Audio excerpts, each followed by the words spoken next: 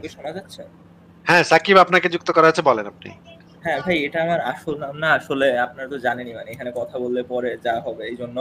তো আমি হচ্ছে ধর্ম সম্পর্কে আমার ইন্টারেস্ট খুব কম, বাট আমার একটা জায়গায় খুব স্পেসিফিক কোশ্চেন আছে যে আসলে ধর্মের যে প্র্যাকটিস, নাস্তিকদের অনেক বড় একটা ইয়ে হচ্ছে তারা ধর্মের প্র্যাকটিসটার বিরুদ্ধে। এখন এই জায়গাটা নিয়ে আমার একটা খুব বড় রকম না, একটা ধর্মের সমস্যা আছে। প্র্যাকটিসের বিরুদ্ধে নাস্তিকরা, এটা আপনাকে কে বলেছে ভাই? এটা আমরা শুধুমাত্র প্র্যাকটিসের বিরুদ্ধে আপনাকে কে বলেছে? আমরা পুরা ধর্মেরই বিরুদ্ধে। শুধুমাত্র হ্যাঁ ভাই, প্র্যাকটিসের বিরুদ্ধে, এটা আমি আপনি কিভাবে হ্যাঁ, হ্যাঁ ভাই। নিশ্চিত হলেন? না, না ভাই, আমি এটা মানি যে আপনার ধর্মের বিরুদ্ধে। বাট আমি আমি এই জায়গাটার বিরোধিতা করতেছি আরকি। জাস্ট যেই প্র্যাকটিসটা ধরেন, আমি আপনাকে একটা খুব জেনারেল একটা উদাহরণ দেই। না, না, ধরেন আপনি হচ্ছে কি বিরোধিতা করেন সেটা আমি বুঝলাম না। আপনি কিসের বিরোধিতা ভাই, মানে করতেছেন? আমার আপনাদের সাথে ডিসকোর্সটা একটু বলতে চাচ্ছিলাম আরকি, এটাই। ভাই দেখেন, মানে খুব একটা স্বাভাবিক বিষয় থেকে চিন্তা করে। ধরেন হচ্ছে যারা নাস্তিক তারা বিশ্বাস করে এই মানে আমি যতদূর জানি ওইখান ভাই, থেকে বলি নাস্তিকরা আরকি। তো কোনো বিশ্বাস করে না। কি সমস্ত কথাবার্তা বলতেছে? নাস্তিকরা তো, আমি তো জানি না যে কোনো নাস্তিক কখনো বিশ্বাস করে। বিশ্বাস শব্দটার মানেই হচ্ছে যে প্রমাণ ছাড়া কোনো কিছুকে একসেপ্ট করা। এই জিনিসটা আমরা বহুবার দেখিয়েছি। আমি তো আমাদের প্ল্যাটফর্ম থেকে কখনো বলি নাই যে আমরা নাস্তিকরা আমরা এইটা বিশ্বাস করি। নাস্তিকরা যে বিশ্বাস করে সেটা আগে একটু প্রমাণ করেন। নাস্তিকরা, কোন নাস্তিক কি বিশ্বাস করে ভাই? জি, জি ভাই। আই গেস আমার ওয়ার্ডিং এর ভুল ছিল। আচ্ছা ঠিক আছে। I beg your pardon. So ভাই, আমার যে প্রবলেমটা সেটা হচ্ছে, ধরেন হচ্ছে একটা রিক্শাওয়ালার কথা চিন্তা করেন। ঠিক আছে? এই রিক্শাওয়ালাটা হচ্ছে সমাজ দ্বারা নির্যাতিত। ওই মানুষটা হচ্ছে ধরেন ফিন্যান্সিয়ালি তো একটু সমস্যা থাকেই। আচ্ছা, এরপরে আচ্ছা, আচ্ছা, ওয়েট। বলেন তো, এই রিক্শাওয়ালাটা সমাজ দ্বারা নির্যাতিত কেন? মানে কারণটা কি? এটার মানে মূল উৎসটা কোথায়? মনে করেন ভাই তার বাবার ১৬ টা সন্তান ছিল। তার বাবা ছিল একজন মসজিদের ইমাম সাহেব। উনার ১৬ জন সন্তান ছিল। ওই রিক্শাওয়ালাটা হচ্ছে উনার বাবার ১৪ তম সন্তান। হ্যাঁ? উনার বাবা উনাকে ঠিকভাবে আ যে মানে ছোটবেলায় যেই পুষ্টিকর খাবার দরকার ছিল, সেই পুষ্টিকর খাবারটা দিতে পারেন নাই। এই কারণে উনার ব্রেইন খুব ভালোভাবে ডেভেলপ করে নাই। উনাকে একটা ভালো স্কুলে ভর্তি করাইতে পারে নাই। এই কারণে উনি মানে পড়ালেখাও করতে পারেন। এই কারণে এখন রিক্সা চালিতে হয় উনার। উনি ওই ইমাম সাহেব বাবার ছেলে হইছেন। উনার বাপ ১৪ টা বাচ্চা-কাচ্চা পয়দা করছে। কারণ হচ্ছে যে ওই বাবাটা বিশ্বাস করে যে আমাগো নবী বইলা গেছে, বেশি বাচ্চা পয়দা করণ লাগবো। দুনিয়াতে মুসলমানগো সংখ্যা বাড়ান লাগবো। কারণ আমাগো নবী কইছে আখিরাতের ময়দানে, কিয়ামতের ময়দানে আমাগো নবী গর্ব করব জনসংখ্যা দিয়া, যে আমার উম্মত সবচাইতে বেশি। ওই নবীরা দেখ, আমার উম্মত সবচেয়ে বেশি, এটা দেখ। হ্যাঁ? এই গর্বকরণের জন্য ওই যে ওই রিকশাওয়ালা ভাই, যে ভাইটার কথা আপনি বললেন, তার বাপ যে একজন ইমাম সাহেব, যে একজন বিশিষ্ট ধার্মিক ব্যক্তি, যে একজন ধর্ম বিশ্বাস করে, সে ১৬ টা বাচ্চা-কাচ্চা পয়দা করছে এবং ১৬ টা বাচ্চা-কাচ্চা পয়দা করতে গিয়া ১৬ টার ভিতরে ১৫ টার জীবন নষ্ট করছে। একটা হয়তো ভালো কিছু কোনো জায়গায় গেছে, একটু চাকরি-বাকরি করতে পারছে। কিন্তু বাদবাকি যে ১৫ টা, সেটারে ভালোভাবে শিক্ষা দিতে পারে নাই, স্কুলে পাঠাইতে পারে নাই। ভালো প্রপার পুষ্টিকর খাবার দিতে পারে নাই, প্রপার জামাকাপড় দিতে পারে নাই, প্রপার একটা বিছানা দিতে পারে নাই ঘুমানোর জন্য। এক রুমের ভিতরে গাদাগাদি করে থাকতো। নিঃশ্বাসের অবস্থা ভালো না, শরীরের অবস্থা ভালো না। চিকিৎসা দিতে পারে নাই ঠিকমতো। টিকাগুলা ঠিকমতো দিতে পারে নাই। কারণ সে বিশ্বাস করে টিকা হইলো ইহুদি নাসারারা চক্রান্ত করে টিকার ভিতরে ভাইরাস ঢুকায় দেয়। আমাগো মুসলমানগো বাচ্চা নষ্ট করণের লিগা ইহুদিরা টিকার ভিতরে এই জিনিস ঢুকায় দেয়। এইজন্য বেশি টিকা-টুকাও দেয় নাই। এইজন্য হইছে আবার ২-৩ টা হইছে বাচ্চা-কাচ্চার ভিতরে ২-৩ টা হইছে পঙ্গু। আবার ওই বাড়ায় মনে করে যে ইমাম সাহেব, সে মনে করে যে আমাগো মায়া মানুষের তো এত লেখাপড়ার দরকার নাই। মায়া মানুষে ঘর সংসার করব, বাচ্চা পয়দা করব। এইজন্য সেই মানে ইমাম সাহেব তার মেয়েদেরকে পড়ালেখা করতে পর্যন্ত পাঠায় নাই। ঘরে সেলাই মেশিন কিনে দিছে, সেলাই-টেলাই করে। এখন এখন বিয়া-টিয়া দিয়ে দিছে, স্বামীর লাত্থি-গুতা খায়। এখন যে রিক্শাওয়ালার কথা আপনি বলতেছেন, সেই রিক্শাওয়ালাটার এই রিক্শাওয়ালার পরিস্থিতিতে তার পড়তে হইল কেন? আমি আপনাকে একটা উদাহরণ দিচ্ছি। এরকমের ঘটনা কি ঘটাটা খুব অস্বাভাবিক? সাকিব সাহেব বলেন তো? ভাই, আপনার কথা থেকে আসি। দেখেন, ওই মানুষটা এখন জীবনের যেই মুহূর্তে এসে উপস্থিত হইছে। এখন ওর কোন কিছুর উপরে কন্ট্রোল নাই। লাইক হচ্ছে সে নিজের জীবনের অর্ধেকটা তার বাবাই তার জীবনটা শেষ করে দিছে। হ্যাঁ? সেটা নিয়ে পরে আসতেছি। তার বাবা একটা কিছু বিশ্বাস করছে অন্ধভাবে, যুক্তি ছাড়া একটা কিছু বিশ্বাস করছে, যার কারণে তার এখন এই রকমের একটা পরিস্থিতিতে পড়তে হইছে। সে যদি একটা শিক্ষিত বাবার বা সে পরিবারে জন্ম হইতো, যে যুক্তিবাদী, সে যদি দরিদ্র হইতো, তাহলে সে চেষ্টা করতো বাচ্চাটা ১ টা ২ টা বাচ্চা জন্ম দিতে, যতটুকু তার সামর্থ্য, যতটুকু সেই যুক্তিবাদী বাবাটার যতটুকু সামর্থ্য, যতটুকু আয়, সেই কয়টা বাচ্চা আমি পয়দা করব। এর থেকে বেশি আমি পয়দা করব না। কারণ আল্লাহ তো খাওয়াইবো না।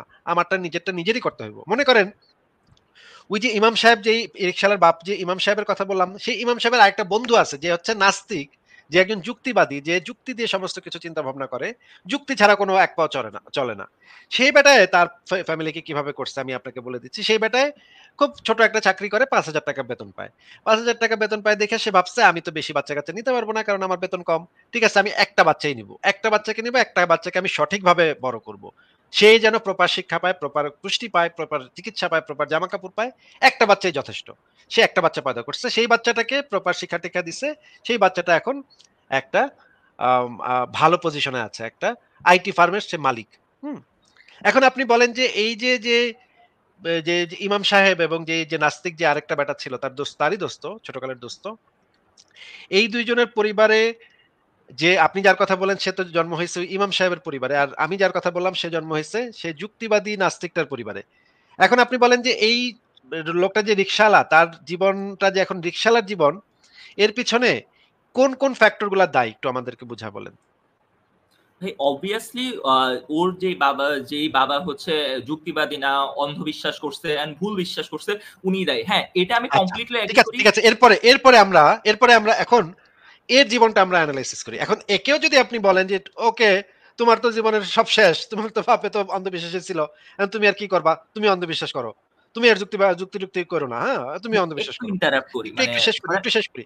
এখন যদি আপনি একেও সেই একই পথে ঠেইলা দেন, তাইলে কি হবে? এর ইনকাম হয়তো তার বাপের ইনকামের থেকে একটু কম। হুম? এর পরে যেই প্রজন্মটা হবে সে আরো ১৫-২০ টা যদি পয়দা করে, তার যে ধরেন সে বেতন পায় হচ্ছে ৳৩,০০০। সে হচ্ছে গিয়ে রিক্সা চালায়, ইনকাম করে মাসে ৳৩,০০০। এখন যদি সে ১৫-১৬ টা বাচ্চা পয়দা করে, এখনকার যে অর্থনৈতিক পরিস্থিতি, ৳৩,০০০ তে কিছুই করা যাবে না। এখন ওই তাদের বাচ্চা-কাচ্চাগুলার পরিস্থিতি হবে আরো অনেক বেশি ভয়ংকর হবে তাদের বাচ্চা-কাচ্চাগুলো। এ তো তাও না হয় রিক্শাওয়ালা হইছে। এর বাচ্চা-কাচ্চাগুলার অবস্থা আরো শোচনীয় হবে। তো আপনি বলতে চাচ্ছেন ভাই, রিক্শাওয়ালা ভাইটার তো এখন আর কিছু করার নাই। সে তো মানে যা ক্ষতি করার তো তার বাপে কইরা লাইছে। এখন এই বেটায় কি করব? এই বেটারে তো এই বেটা কি করব? কি নাস্তিক হইব? না, তাইলে তো এই বেটা তো রিক্শাওয়ালা। এই বেটার জন্য ওরে একটু ধর্ম পালন করতে দেন। ওরে কিছু বইলেন না। ওরে ওর মত থাকতে দেন। আচ্ছা, থাকতে দিলাম। ঠিক আছে। এইবারেও যদি একই রুল ফলো করে, তারপরের যে প্রজন্মটা আসবে, মানে আপনি চাচ্ছেন প্রজন্মের পর প্রজন্ম ধরে এরকমের একটা অন্ধবিশ্বাসী সংস্কৃতি চালু থাকুক। কিছু মানুষ বলদ থাকুক, কিছু মানুষ গোয়ার থাকুক, কিছু মানুষ অন্ধবিশ্বাসী থাকুক, কিছু মানুষ দরিদ্র থাকুক। তাদের আর কখনো উপরে ওঠার কোনো প্রয়োজন নেই। প্রজন্মের পর প্রজন্ম ধইরা তারা খালি দরিদ্র হইতে থাকুক, আরো দরিদ্র হইতে থাকুক, আরো দরিদ্র হইতে থাকুক এবং এতগুলা বাচ্চা পয়দা করুক এবং এই দারিদ্র্যের যে দুষ্ট চক্র, এই দুষ্ট চক্রের ভিতরে তারা চক্রাকারভাবে ঘুরতে থাকুক। আপনি কি এইটা প্রস্তাব করতে চাচ্ছেন আমাদেরকে? না, না ভাই, দেখেন, আমার মেইন ইয়েটা হচ্ছে, ধরেন ইসলাম ধর্ম যে অনেক গোঁজা মিলে ভরা, সেটা আপনার অনেক ভিডিও দেখলেই এটা আমাদের কাছে, সবার কাছে মেক্সিমাম ক্লিয়ার, যারা অন্তত সুস্থ মস্তিষ্কে চিন্তা করে। এখন ভাই আপনি একটা জিনিস চিন্তা করেন, এই যে মানুষটার কথা বলছে, আমি কিন্তু তারে বলতেছি না যে তারে হচ্ছে এই অন্ধবিশ্বাসের দিকে আবার ঠেলে দিতে হবে। এখন আমার যে বিষয়টা সেটা হচ্ছে, ধরেন এই মানুষটার জীবনটা নষ্ট। এখন ওই মানুষটার আপনি হয়তো কোনো একটা মিনিমাম এডুকেশন বা যে কোনো ভাবে সমাজ থেকে কোনো একটা কিছু করে হয়তো ওই মানুষটার কোনোভাবে ওই অন্ধবিশ্বাস থেকে মুক্তি আনা যেতে পারে। বাট আমার প্রশ্নটা হচ্ছে এর পরবর্তী ধাপে কি হবে? যখন এই মানুষটা এগুলা থেকে বের হয়ে আসবে, এখন ওর যদি ওই, ধরেন ইসলাম ধর্ম সম্পর্কে ওর পুরাপুরি বিশ্বাস বা এইসব কিছু না থাকলো, বাট ওই মিনিমাম ওয়েট, বিশ্বাস ওয়েট। যেটা, সাকিব, যে সাকিব, ধরেন ওয়েট। আল্লাহ আছে, ও সাকিব, দেখতেছে। ১ সেকেন্ড, সাকিব ১ সেকেন্ড। পরবর্তী স্টেপ কি হবে? পরবর্তী স্টেপে আর কিছু হোক না, না হোক, এইটা হবে যে এতগুলা বাচ্চা সে পয়দা করবে না। সে এতগুলা বাচ্চা পয়দা করার আগে অন্তত পক্ষে ২ বার চিন্তা করবে। এইটুক কি সে করবে না? তার মাথায় যদি এই বুদ্ধিটুক আসে যে রিজিকের মালিক আল্লাহ পাক কোরআনে বলেছেন, রিজিকের মালিক আল্লাহ। আল্লাহ মুখ দিলে খাবারও দিবে। এই ধরনের কোন কথা সত্য না। এটা যদি সে বুঝতে পারে তাহলে তো সে অন্তত এই কাজটা করবে যে এতগুলা বাচ্চা পয়দা করবে না, নাকি? জি ভাই, হ্যাঁ, যদি এটা আমি মানছি। শুধুমাত্র যদি এই একটা কাজই করে, শুধু আর কোন সব কাজ বাদ দিলাম। আমি উদাহরণ হিসেবে এই একটা কাজের কথাই বলতেছি। যদি শুধু এই একটা কাজই করে তাহলে অনেকগুলা বাচ্চা-কাচ্চার জীবন বেঁচে যাবে। সে হয়তো ১৬ টা বাচ্চা পয়দা করত, সেখানে হয়তো সে একটা বাচ্চা পয়দা করবে। ১৫ টা বাচ্চার জীবন রক্ষা পাবে। ১৫ টা বাচ্চা, ১৫ টা বাচ্চার ভিতরে ২ টা হয়তো সন্ত্রাসী, ২ টা হয়তো জঙ্গি, ৩ টা হয়তো গাঞ্জাখোর, ৪ টা হয়তো রাস্তার রংবাজ, ৫ টা হয়তো মানে মাদ্রাসার হুজুর, যেগুলা অন্য বাচ্চাদের মারতো, পিছন মারতো, হ্যাঁ? এইগুলা হওয়ার থেকে একটা বাচ্চা যদি তার হয় এবং সেই বাচ্চাটা যদি একটা মিনিমাম লেভেলের একটা শিক্ষা সে পায়, আমার মনে হয় যে এর পরের প্রজন্মটা তখন ভালো হবে। এই রিকশাওয়ালার বাচ্চার প্রজন্মটা হয়তো ভালো নাও হইতে পারে। কিন্তু তার পরের প্রজন্মটা ডেফিনিটলি যদি এরকমের একটা সংস্কৃতি তৈরি হয় যে আমরা যুক্তির উপর নির্ভর করে আমাদের ডিসিশন মেকিং গুলা করব। আমরা আমাদের আর্থিক সামর্থ্যের উপর ভিত্তি করে আমাদের প্ল্যানিং করব। অন্ধবিশ্বাসের উপর বশবর্তী হয়ে আমরা এগুলা করব না। তাহলে হয়তো একটা প্রজন্ম সাফার করবে বা ২ টা প্রজন্ম সাফার করবে। কিন্তু ৩ নাম্বার প্রজন্মে গেলে আমি আপনাকে এই গ্যারান্টি দিতে পারি ৩ নাম্বার প্রজন্মে গেলে একটা ভালো ভবিষ্যৎ তাদের জন্য অপেক্ষা করবে। আসাদ ভাই আপনি কি বলেন এই বিষয়ে আপনি বলেন তো? আমি অবশ্যই একমত আসিফ ভাই, এখানে দ্বিমত করার কোনো সুযোগ নাই। আমি যদি এটার সাথে মানে এই যে প্রজন্মের সাথে আরেকটা জিনিস যদি যুক্ত করি, আমি এখানে একটা শেয়ার করছি স্লাইড, যে দেখেন এই যে ইস্তেস্কার নামাজ পড়তেছে, হাজার হাজার মানুষ বাংলাদেশে এটা করতেছে, এটার আউটকাম কি আমরা সবাই জানি, কিচ্ছু না। এখন এই মানুষটা যদি এটা না করে, এই যে যারা এখানে লাইনে দাঁড়ায় আছে তাদের এখানে প্রস্তুতি এবং সার্বিক বিষয় যদি আমরা হিসাব করি, তাহলে ৫ থেকে ৬ ঘন্টা তাদের লস হইতেছে। তারা যদি এটা না করে গাছ লাগাইতো, আসিফ ভাই যেরকম এই সন্তানদের দিয়ে উদাহরণ দিচ্ছেন, যে এই ধরনের মানে এটা তো কালচারের মধ্যে পড়ে না, এটা হচ্ছে অন্ধবিশ্বাস, যেটার কোনো বাস্তবতা নাই, এবং এটা মানুষকে বরং পিছিয়ে দেয়, ১-২ বছর পিছিয়ে দেয় না, অনেকটা পিছিয়ে দেয়। তো সেই সব যদি তারা বুঝতে পারে, তাহলে তারা কখনোই তাদের সময় অপচয় করবে না, অন্যের ক্ষতি করবে না, ডিস্টার্ব করবে না, গাছ কাটবে না, সন্তান জন্ম দেবে না। এরকম অনেকগুলো এখানে হাজারো উদাহরণ দেওয়া যাবে, যেগুলো আসলে বরং সমাজের উপকার তো নয়, বরং ক্ষতি। অনেকে মনে করেন যে আচ্ছা, ঠান্ডা মাথার মানে অনেকে মানে একটা কুলভাবে নিতে চান, ঠিক আছে তার স্বাধীনতা, সে ৫টা জন্ম দিয়েছে, তাতে অসুবিধা কি, সে তো যদি খাওয়াইতে পারে। আরে খাওয়াইতে পারাটা তো বড় কথা না, তো এই সন্তানগুলো এই সমাজে কী ভূমিকা পালন করতেছে। অনেকে ধরেন গাছ টাছ কেটে সমানে করে ফেলতেছে। এখন এই যে গরমের জন্য সে যে ইস্তিস্কার নামাজ পড়বে, তার বিশ্বাস যে ইস্তিস্কার নামাজ পড়লে এটা সমাধান হয়ে যাবে। কিন্তু সে তো মূল মানে রুট সে বুঝতে পারতেছে না। তাকে ধর্ম বিভ্রান্ত করছে, শুধু তাকে বিভ্রান্ত করছে না, সে নিজে বিভ্রান্ত হচ্ছে এবং আশেপাশের অনেককেই বিভ্রান্ত করছে। তো এই ধরনের আজগুবি বিষয়গুলো থেকে যদি সরে আসে, তাহলে অবশ্যই আমাদের সমাজে সে বোঝা হবে না, বরং সে সমাজের একজন গুরুত্বপূর্ণ ব্যক্তি হবে, যে আমাদের এই ভারসাম্য তৈরিতে সাহায্য করবে। জি দেখেন স্যার। সাকিব সাহেব দেখেন যে ইউরোপের মানুষ কিন্তু বেশিরভাগই নাস্তিক, হ্যাঁ? ইউরোপে কিন্তু এই যে বৃষ্টির জন্য কান্নাকাটি করতে হয় না আল্লাহর কাছে, ঈশ্বরের কাছে, ভগবানের কাছে। ওরা যেটা করে, ওরা সায়েন্টিফিক মেথড এপ্লাই করে। ওরা প্রচুর গাছ লাগায়, এটা তো অবশ্যই। ওরা প্রকৃতির ভারসাম্য রক্ষার চেষ্টা করে। তারপরে যেটা করে, অনেক গরম পড়ছে, ওরা মানে কিছু হেলিকপ্টার দিয়ে কিছু জিনিস আকাশে ছড়ায় দেয়, যেটার কারণে বৃষ্টি শুরু হয়ে যায়, হ্যাঁ? এটার মেকানিজম অলরেডি ইউরোপে আছে, হ্যাঁ? ওরা ওই মিকাইল ফেরেস্তার জন্য বয়া থাকে না। মিকাইল ফেরেস্তা কই কি কোন জায়গায় কি গাঞ্জা-গুঞ্জা ফুকতাছে, এগুলা কিছু টাইম আছে। আমরা অলরেডি মেঘের উপরে আমরা এমন জিনিস ছিটায় দিব, যেটার কারণে বৃষ্টি হয়ে যাবে। আমরা বৃষ্টি নামায় দিব। মিকাইল ফেরেস্তারে ক্লাউড আমরা সিডিং, মানে বুঝি না। এটাকে হ্যাঁ, ক্লাউড সিডিং বলে। হ্যাঁ। তো আপনি দেখেন যে এরা নিজের যোগ্যতায়, এই ইউরোপের মানুষ ভগবানের উপরে, ঈশ্বরের উপরে, অদৃষ্টের উপরে, মানে যেটা ঈশ্বর, ভগবান, আল্লাহ, ভাল্লাহ এগুলোর উপরে ভরসা না করে তারা দেখতে পাইছে যে যা করার আমাদেরই করতে হবে, আমাদেরই দায়িত্ব এগুলা। কোনো ঈশ্বর, আল্লাহ, ভগবান এসে আমাদের কিছু করে দেয়া যাবে না। যেটা আমাদের দায়িত্ব সেটা আমাদেরই পালন করতে হবে। এইটা ভেবে ইউরোপের মানুষ নিজ উদ্যোগেই এই টেকনোলজি গুলা তৈরি করছে।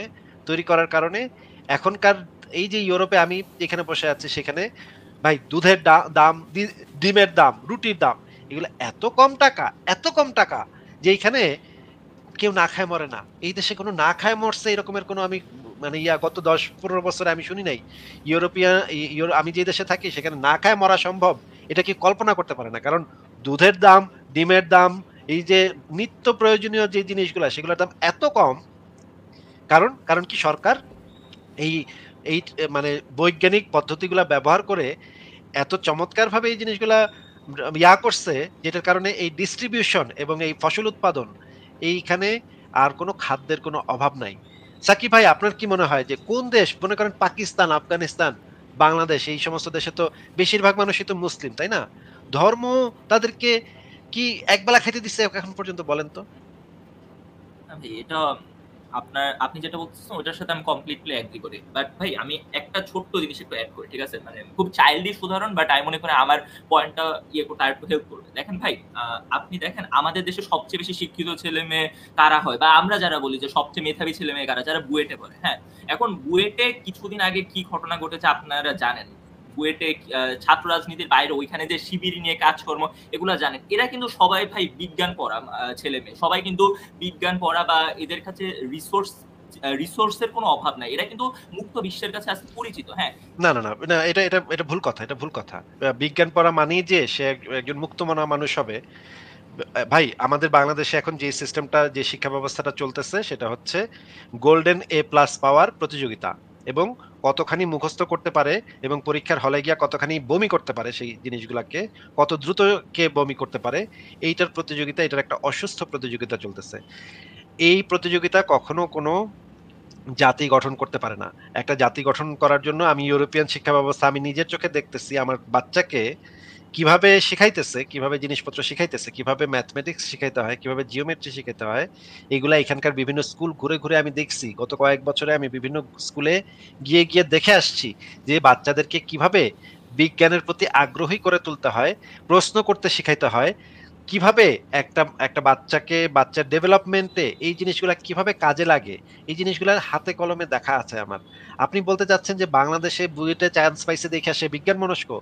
একদম ভুল কথা। এগুলো কোথায় পাইছেন ভাই? এই সমস্ত এগুলা তো একদমই মানে বোকা বোকা কথা।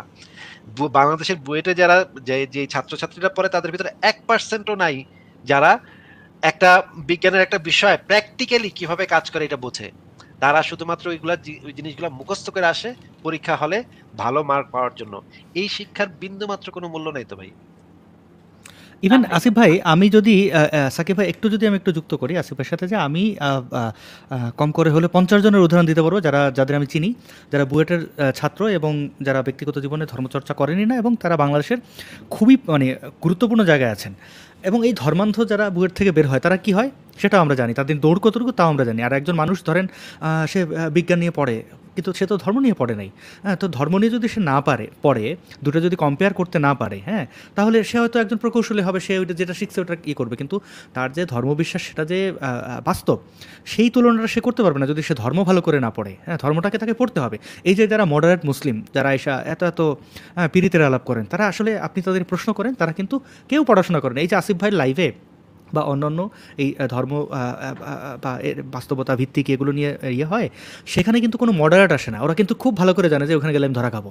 আসে কারা? যারা মনে করেন মনে প্রাণে খুব ইশকে দেওয়ানা মুমিন, হ্যাঁ, যারা আবেগের চোটে আসে, আইসা দেখে যে সে কী জানে না তাও জানে না। দেখবেন যে এখানে এসে অনেকেই বলে যে হ্যাঁ ঠেলতে চায়, পাছা দিয়ে ঠেলে তো হবে না। তারপরে যদি তাকে বিভিন্ন বিষয়ে আপনি তাকে প্রশ্ন করেন, বলবে আপনি বলেন এটা কি, মানে সে জানে না। মডারেটর আসে না কেন? তাদের এই যে আপনি বলতেছেন বুয়েটে পড়া, ঢাকা বিশ্ববিদ্যালয়ে পড়া এত এত মোমেন মুসলমান, তারা কোনো বিতর্কে বা কোনো কিছু আসে না কেন? তারা জানে যে ঠিক আছে এখানে গেলে আমি ধরা পড়বো। আরেকটা এই যে সিলভার আয়োডাইড নিয়ে কথা হচ্ছিল, যে অর্থাৎ কৃত্রিমভাবে বৃষ্টি ছড়ানো, অর্থাৎ সেই মেঘের উপরে বরফের গুঁড়ো বা সিলভার আয়োডাইড ছেড়ে দিলে কী হয়, কৃত্রিমভাবে বৃষ্টি হয়। আসিফ ভাই সে কথাটা বলছিলেন ইউরোপে হয়। ইন্টারেস্টিংলি এই জিনিসটা সবচেয়ে বেশি ব্যবহৃত হয় আরব বিশ্বে। তো ওরা কি মিকাইল ফেরেশতার ব্যাপারে জানে না? ওরা কি জানে না যে এভাবে বৃষ্টি হবে, দোয়া দুরূদ পড়লে, ইস্তিসকার নামাজ পড়লে দোয়া দুরূদ হবে? ওরা খুব ভালো করে জানে এগুলো কোনো কাজই নাই, এটা বোকাস জিনিস। তারা এই প্রযুক্তির জন্য কাকে হায়ার করে? আপনি দেখেন সেই বিজ্ঞানীদের নাম যদি দেখেন বা যাদের সাথে চুক্তি করে যেসব প্রতিষ্ঠান, সেগুলো দেখবেন হয় ইসরায়েলি, নইলে আমেরিকান, নইলে ফ্রেঞ্চ। তো অর্থাৎ এখানে কেউ কোনো মুসলমানদের কোনো অবদান নাই। কেন নাই? তারা তো বাংলাদেশ থেকে এই মোল্লা মুন্সিরে হায়ার করে নিয়ে, আপনি দেখেন যে বাংলাদেশের মোল্লাদের বেতন কত, আমি তাদের ছোটো করছি না, কিন্তু এদের কিন্তু আপনি মিলাদ পড়াবেন, বড় এক মোল্লারে পাই যাবেন 500 টাকায়। তো তাদেরকে বিমান ভাড়া আর 500 টাকা যুক্ত করে, 500 না ধরেন 5000 যুক্ত করলাম, ধরেন 50,000 যুক্ত করলাম, তাদের ভাড়া করে নিয়ে কি দোয়া পড়াইতে পারে না তারা? বা আরবে কি কোরআন হাদিস জানা লোক নাই? আছে তো। তো তারা দোয়া দুরূদ পড়ে না কেন? তারা কেন বিজ্ঞানের আশ্রয় নেয়? এইবার একটা কথা হচ্ছে যে বুয়েটের পাশ করা কোনো একজন বিশাল বড় বিজ্ঞানী হইলেন হরিদাস পাল, মুসলমান, হ্যাঁ, তিনি একজন মুমিন মুসলমান, কপালে দাগ ফেলে দিলেন। তো তারে যদি আরবের একটা দেশ তারে হায়ার করে নেয় যে কৃত্রিমভাবে বৃষ্টি ছড়ানোর জন্য, তো সে কি দোয়া দুরূদ পড়বে? সে কি ইস্তিসকার নামাজ পড়বে না যে ওখানে বিজ্ঞান অ্যাপ্লাই করবে? তাহলে যদি বিজ্ঞান অ্যাপ্লাই করলো, তাহলে তার এই মানে তার ধর্মের চর্চা, মানে সে ব্যক্তিগতভাবে মুমিন, বড্ড মুমিন, সে বিশাল দাড়ি টাড়ি আছে, তো লাভ কি? এই যে ধরেন এই যে শিয়াল সোহাগ রকমারির, তো শিয়াল সোহাগ কী করতেছে? সে যে ব্যবসাগুলো করতেছে, ই কমার্স যাই কিছু করতেছে, এখানে কি কোনো তার ধর্মের কোনো অবদান আছে? হ্যাঁ, সে বিশাল বড় একজন মোমেন। হ্যাঁ, আচ্ছা দেখেন তো আপনি তার ফিল্ডে ইসলামের কোনো একটা জিনিস দেখান যে সেটা দিয়ে সে তাকে নিজেকে ডেভেলপ করছে। হ্যাঁ, সে ধর্ম ব্যবসা করে আহমদুল্লাহর মতো কিছু বাটপার হুজুরে নিয়ে সে তার ব্যবসার বাড়াচ্ছে, তার বিক্রি যেন বেশি হয় সেটা হচ্ছে ধান্দা করতেছে। কিন্তু যে অ্যাপ্লাই করতেছে, ধরেন সে একটা সফটওয়্যার ডেভেলপ করতেছে, এই যে ইভিএম তৈরি করতেছে, এখানে কোথায় কোরআন হাদিসের কোন জায়গাটা নিয়ে সে এটা কাজে লাগাইছে? কোথাও আপনি পাবেন না। তার পুরো ধরেন রকমারি.com থেকে শুরু করে তার যা কিছু কর্মক্ষেত্রে যা কিছু সে অ্যাপ্লাই করছে, সব কিছুই দেখেন সব ওই সো কল্ড ইহুদি নাসারাদের জিনিসপত্র, হ্যাঁ, ইসলামের কোনো কিছুই কিন্তু সে ওইখানে আনে নাই। হ্যাঁ, কারণ কি, সে তাহলে এই বিজ্ঞান পড়া ধার্মিক হয়ে কপালে দাগ লাগায় লাভটা কি? বরং সে যদি এই সময়টা বিজ্ঞানের ক্ষেত্রে ব্যয় করতো তাহলে হয়তো সে আরও বেটার কিছু করতে পারতো। আমি খুব শিওর না যে সে আসলে ধার্মিক কিনা।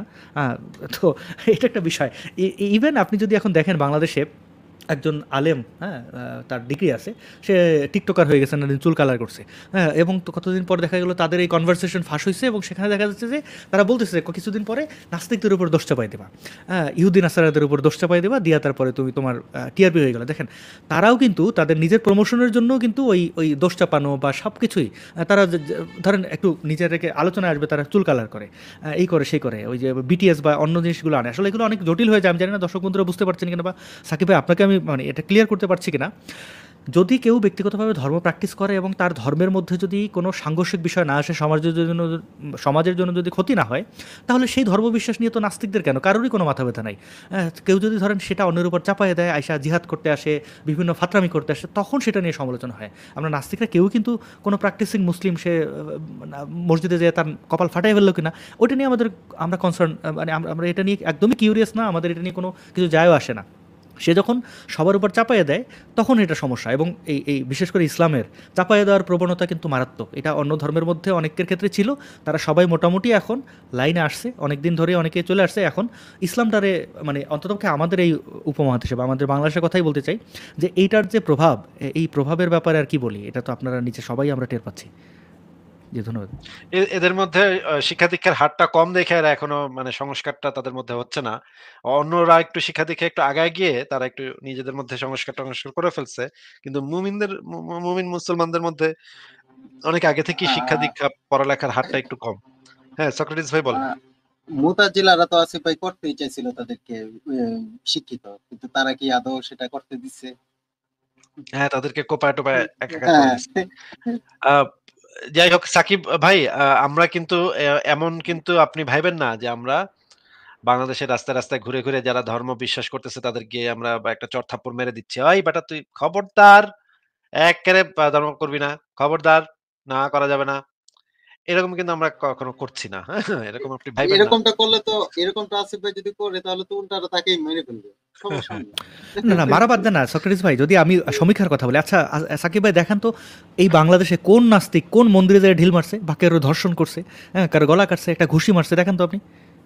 না, না ভাই, এটা তো আমি কমপ্লিটলি এগ্রি করি যে আসলে আমাদের যে মুমিন মুসলমানরা তারা হচ্ছে নামাজ পড়ে, নামাজ পড়ার পরে গিয়ে হচ্ছে হিন্দু বাড়িতে হামলা চালায়।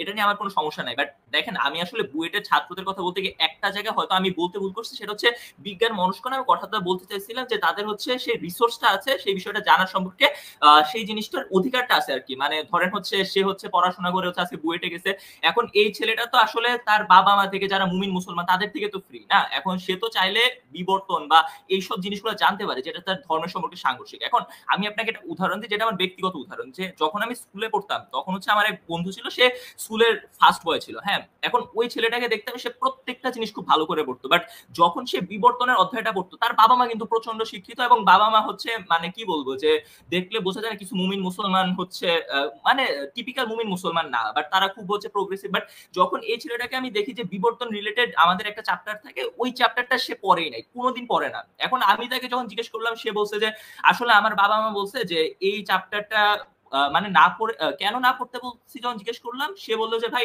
আসলে এটা আমি পড়তেছি না, কারণ হচ্ছে আমার মা বাবা আমাকে বলছে যে যখন ধরো তুমি হচ্ছে ধর্ম সম্পর্কে অনেক বিষয় তুমি জানতেছো বা ধর্মের বিরোধিতা করার সম্পর্কে অনেক বিষয় তুমি জানতেছো, বাট আলটিমেটলি এই বিষয়টা কি তোমাকে কোনো ফার্দার লাইফে কোনো হেল্প করবে কিনা সেটা তুমি মনে রাখো। যখন তুমি ধর্ম পালন করবা তখন তোমার জীবনটা ভালো থাকবে, আর যতক্ষণ তোমার অবিশ্বাস থাকবে না ততক্ষণ হচ্ছে ধরো তুমি খুব ক্রুশাল মোমেন্ট গুলো বা নিজের জীবনের খুব খারাপ সময়গুলো অন্তত এটা ভাববা যে আল্লাহ হয়তো আমাকে কোনো একটা সময় সাপোর্ট আচ্ছা করবে। সাকিব ভাই, আপনাকে একটু দুইটা আপনাকে ধারণা দেই। এই যে বিবর্তন তথ্যের যে বিষয়টা, আচ্ছা, আপনার কি ধারণা চার্লস ডারউইন কি ছিল? সে কি নাস্তিক ছিল, নাস্তিক ছিল? আপনি কি না, না, মনে করেন? চার্লস ডারউইন পুরোপুরি নাস্তিক ছিল না। তাহলে চার্লস ডারউইন ছিল আস্তিক। আপনি যদি নিউটনের দিকে তাকান, আইনস্টাইনের দিকে তাকান, তারাও ছিল আস্তিক। না, তো এখন আইনস্টাইন আস্তিক ছিল সেটা বলা যায় না। আ নিউটন আস্তিক ছিল, আইনস্টাইন না। তো এখন ধরেন আপনি যদি এখন এইভাবে যদি করেন যে সে বিজ্ঞান পড়ে বা বিজ্ঞানী বা সে মানে নাস্তিক হয়ে যাবে, এরকম তো না, আমরা তো দেখি না এরকম। সক্রেটিস ভাই, আমি যদি একটু সাকিব ভাইয়ের ব্যাপারটা বুঝে থাকি তাহলে যদি একটু বলি যে যেমন ধরেন যে তিনি কোন একটা চ্যাপ্টার উনি ইগনোর করে গেছেন। এখন আপনি যদি গাছ থেকে আমরা অক্সিজেন নেই, হ্যাঁ, এটা এই জন্য তো গাছ বলে না টাকা দাও। এখন আমি যদি গাছের কাছে না যাই, দূর থেকে বলে গাছ দেখবো না, তাহলে ক্ষতি টাকার। বা ধরেন আমি গাছ কেটে ফেলাম, ক্ষতি টাকার আমার তো। তাহলে এখন কোনো কেউ যদি কোনো চ্যাপ্টার ইগনোর করেন বা ধর্মান্ধতার কারণে যদি সে কোনো কিছু এমন কিছু দেখান যেটা আসলে হাস্যকর, সেখানে আসলে কিছু বলার নাই। যেমন আমি একটা উদাহরণ দিই, যদি দেবী শেঠি, ভারতের একজন খুব স্বনামধন্য চিকিৎসক, তিনি নাকি অপারেশনের সময় তিনি মন্ত্র পাঠ করেন, হ্যাঁ, পুজো টুজো দিয়ে অপারেশন করতে যান। এখন এই যে দেবী শেঠির যে ধর্ম পালন, হ্যাঁ, এইটা তো আসলে তার ক্যারিয়ারের সাথে যায় না, সাংঘর্ষিক, কিন্তু সে হয়তো বিশ্বাস করে। ধর্মপুস্তক সে ভালো করে পড়ছে কিনা এটা শিওর না, কারণ একজন ব্যক্তি যদি ধর্মপুস্তক খুব ভালো করে পড়ে তাহলে তার পৃথিবীর অন্য যা কিছু অন্বেষণ করা, হ্যাঁ, মানে মঙ্গল হয় বা বিজ্ঞান নিয়ে সাধন, এগুলো হয় না, হ্যাঁ, সে ধর্ম নিয়ে পড়ে থাকবে, মন্দিরে পড়ে থাকার কথা অন্যান্য বাবাদের মতো। তো আসলে এই মানুষগুলো আসলে খুব মানে কিউট কিছু আচরণ করেন যেগুলো আসলে হাস্যকর, কিন্তু তাদের ব্যাপারে আপনি কি বলতে পারেন? ধরেন আপনি যদি এখানে আরেকটা জিনিস করেন যে দেবী শেঠির মতোই যে আপনি ভারতের হাসপাতালগুলোতে গেলে দেখবেন যে গণেশের বড় একটা মূর্তি সামনে একদম। এটার আমি অনেকে জিজ্ঞেস করছিলাম কেন, আমি ভারতে থাকা গেলেন জিজ্ঞেস করছি, অনেকগুলো হাসপাতালে বড় করে, মানে খুবই নামি দামি হাসপাতাল, মানে যেগুলোর মানে যারা গেছেন ভারতে জানবেন যে বড় করে গণেশের মূর্তি। কি এটার উত্তর? যে পৃথিবীর প্রথম সার্জারি গণেশ হয়েছিল, হ্যাঁ, হাতির বসায় দিছে একজন, কি জন্য এরকম একটা। মোদিও বলছিল এটা। হ্যাঁ, তো এখন আপনি এই হাস্যকর বিষয়টারে যদি আপনি বলেন যে তাহলে হাসপাতালগুলোতে কি চিকিৎসা হয় না? হয়। একজন বুয়েটে পড়া ধরেন প্রচণ্ড ধর্মান্ধ, সে কিন্তু আসলে চর্চাটা কী করতে চায়? সে কি ওখানে যে মানে ওই মানে আলটিমেট কি তারা চর্চাটা কী করতেছে? চর্চাটা যদি বিজ্ঞান নিয়ে করে তাহলে তাদের এই ধরনের বালখিল্য আচরণটাকে আমার মনে হয় ইগনোর করাই উচিত। যদি তারা জিহাদের ডাক না দেয়, বোমা না বানায়, হ্যাঁ, এগুলো যদি না করে, সে যদি বিজ্ঞানের সব কিছু নিয়ে যদি সে ধর্মের টানে, রেফারেন্স টানে, তাহলে এগুলো তো ইতিহাস তাদের এগুলো নিয়ে হাসবে, হ্যাঁ, হাসাহাসি করবে না। আচ্ছা, আমরা এই বিষয়ে আমরা একটু এই যে মোদির কথা যেহেতু উঠলো, মোদির এই বক্তব্যটা একটু শুনে নেই। এটাও একটা ফানি জিনিস। শোনেন আপনারা। এত মুসলমান মুমিনদের শোনাই, হিন্দুদের একটু পচানো উচিত, আমাদের দায়িত্ব। এটা একটু শোনেন, হ্যাঁ? मैं विज्ञान को तो ज्यादा समझता भी नहीं, जानता भी नहीं, लेकिन शायद आज से 40-50 वर्ष पहले किसी ने स्टेम सेल ट्रीटमेंट की चर्चा की होती तो लोगों को बड़ा अजूबा लगा होगा कि कैसे संभव होगा, ये तो हवा की बातें हैं, सब वगैरह। लेकिन जिन्होंने महाभारत पढ़ा है या सुना है, उनको मैं महाभारत की तरफ ले जाना चाहता हूं। और मेरी जो छोटी सी समझ है उसके हिसाब से मुझे लगता है कि कर्ण का जो जन्म हुआ था वो स्टेम सेल का साइंस था, टेक्नोलॉजी थी। क्योंकि शास्त्र ये कहते हैं कि कर्ण का जन्म माता कुंती की गोद से नहीं हुआ था। कर्ण के जन्म की सारी जो कथा आती है वो शरीर पर से एक छोटा सा हिस्सा लिया और उसी में से कर्ण पैदा हुए। अब स्टेम सेल वाले यही करते हो ना, डॉक्टरों का सर्टिफिकेट चाहिए।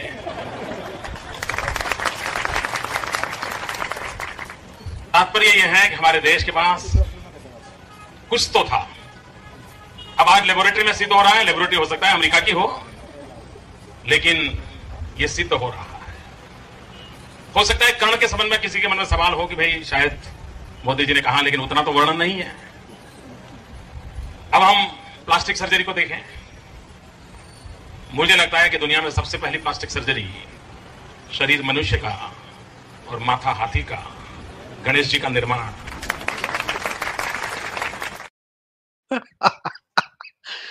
কি একটা অবস্থা, একটা দেশের প্রধানমন্ত্রী এইসব উজবুকের মতো কথাবার্তা বলতেছে ভাই। হাততালি যারা দিতেছে, আয় রায় কোথায় যায় হাততালি, মানে বক্তব্যটা কোনো হাসপাতালে ছিল নিশ্চয়ই। ভাই একটা আইরনিক্যাল ব্যাপার বলি, মানে ধরেন যে মুমিন মুসলমানদের এটা দেখাবেন, এরা খুব খুশি হবে এই বিষয়টা দেখলে, বাট একটু পরে ওয়াজে হচ্ছে ঠিক একই রকম কথাগুলো শুনবে, বাট এটার মধ্যে হচ্ছে একটু আরবি কথা থাকবে, কিছু কোরআনের রেফারেন্স থাকবে। মানে মুসলমানদের এই হিপোক্রেসিটা আমি মানি। বাট ভাই আমি যেই কথাটা ওই সময় বলতেছিলাম আর কি, যে ধরেন বেবি শেঠির একটা উদাহরণ আনেন, আমি বলি বেবি শেঠি আপনি যদি ব্যক্তিগত জীবনে দেখেন, এই মানুষটা আমি শিওর, যেহেতু সে এত পড়ালেখা করেছে বা সে এত জানতে চেয়েছে বা চিকিৎসা শাস্ত্র সম্পর্কে সে জানে, আমি শিওর যে সে ধর্মের প্র্যাকটিস করে না। বাট যখন সে হচ্ছে একটা অপারেশন করে, সে অপারেশনের আগে আসলে আমার যেটা মনে হয়, এটা অবশ্যই এটা ভুল হতে পারে, বাট যখন সে অপারেশন করে তার মধ্যে একটা ভয় কাজ করে যে সে এখানে ফেল করতে পারে। এখন ওই ভয়টা যে কাজ করে ওই ইনস্ট্যান্ট মোমেন্টে মানুষের ওই লজিকটা, বা যে কোনো মানুষ যত জ্ঞানী মানুষই হোক ওই লজিকটা ওই সময় কাজ করে না। তখন ও মনে করে যে গড আছে, মানে অন্য সবকিছু বাদ দিক, যে গড আছে, তিনি দেখছেন, তিনি আমাকে সেভ করবেন। ওই সময় এই যে এতটুকু বিশ্বাস ওইটা থাকার কারণে মানুষের একটা কনফিডেন্স থাকে, আর ওই যে এই ভয়টা আছে না, এই ভয়টা অতিক্রম করা যায়। কারণ তখন আছে না, মানুষ পুরাটা নিজের উপরে নিয়ে নেয় না, নিজের উপরে অতিরিক্ত বার্ডেনটা অনেক পরিমাণে রিলিফ করে দেয়। এখন আমি যে প্রথমে হ্যাঁ, তার মানে আপনি বলতে চাচ্ছেন যে মানে মানুষের এই ধর্ম বিশ্বাসটা হচ্ছে মানুষের দুর্বলতার একটা প্রকাশ। এখন দুর্বলতার প্রকাশ এবং অসহায় যখন মানুষ থাকে, তখন যখন মানুষের যুক্তিবোধ কাজ করে না, যখন মানুষের মানে মাথা ঠিকভাবে কাজ করে না, তখন এই জিনিসটা জেঁকে বসে। এটাই তো আপনার কথা থেকে আমি জি যেটা জি জি বুঝলাম। জি ভাই, জি তাহলে আমি তো এটাই এটাকে তো আমাদের আরো বেশি জোরে সোরে বিরোধিতা করা উচিত। আপনি আমাদেরকে আরো একটা পয়েন্ট দিয়ে দিলেন, যেটার কারণে আমাদেরকে আরো জোরে সোরে এটার বিরুদ্ধে কথা বলাটা আমাদের দায়িত্ব। যে যেহেতু এই জিনিসটা এমন একটা সময় আমাদেরকে আচ্ছন্ন করে ফেলে, এমন একটা সময় আমাদেরকে কন্ট্রোলে নিয়ে নেয়, যেই সময় আমাদের নিজেদের উপর কোনো কন্ট্রোল থাকে না, তখন তাহলে তো এইটা আরো জরুরি হয়ে যায় যে এই জিনিসটার বিরোধিতা করাটা। কেন আরো জরুরি হয়ে যায়? সাকিব, আপনি কি এটা বুঝতে পারছেন নাকি আমি আপনাকে বুঝায় বলবো, বলেন তো? ভাই, হ্যাঁ, আপনি যেটা বলতে চাচ্ছেন, মানে এটাই তো বলতে চাচ্ছেন যে ওই সময় হচ্ছে ওই মানুষটার ওই দুর্বলতাটাকে যদি আমরা আরো বেশি পরিমাণে সেলিব্রেট করি, এটা আলটিমেটলি হচ্ছে প্রবলেমেটিক হবে। মানে এই না, জায়গাটা আমি সে যখন দুর্বল পরিস্থিতিতে চলে যাচ্ছে, যখন তার মধ্যে এই ইয়াটা চলে আসতেছে যে সে তার যুক্তি আর কাজ করতেছে না, তাহলে তো তাকে দিয়ে, এই রকমের একজন ব্যক্তিকে দিয়ে যে কোনো কাজ করায় নেওয়া সম্ভব। এরকমের একজন ব্যক্তি খুবই ভয়ঙ্কর ব্যক্তি হয়ে উঠতে পারে, খুবই মারাত্মক ব্যক্তি হয়ে উঠতে পারে। আমি আপনাকে কয়েকটা উদাহরণ দেখাতে চাই।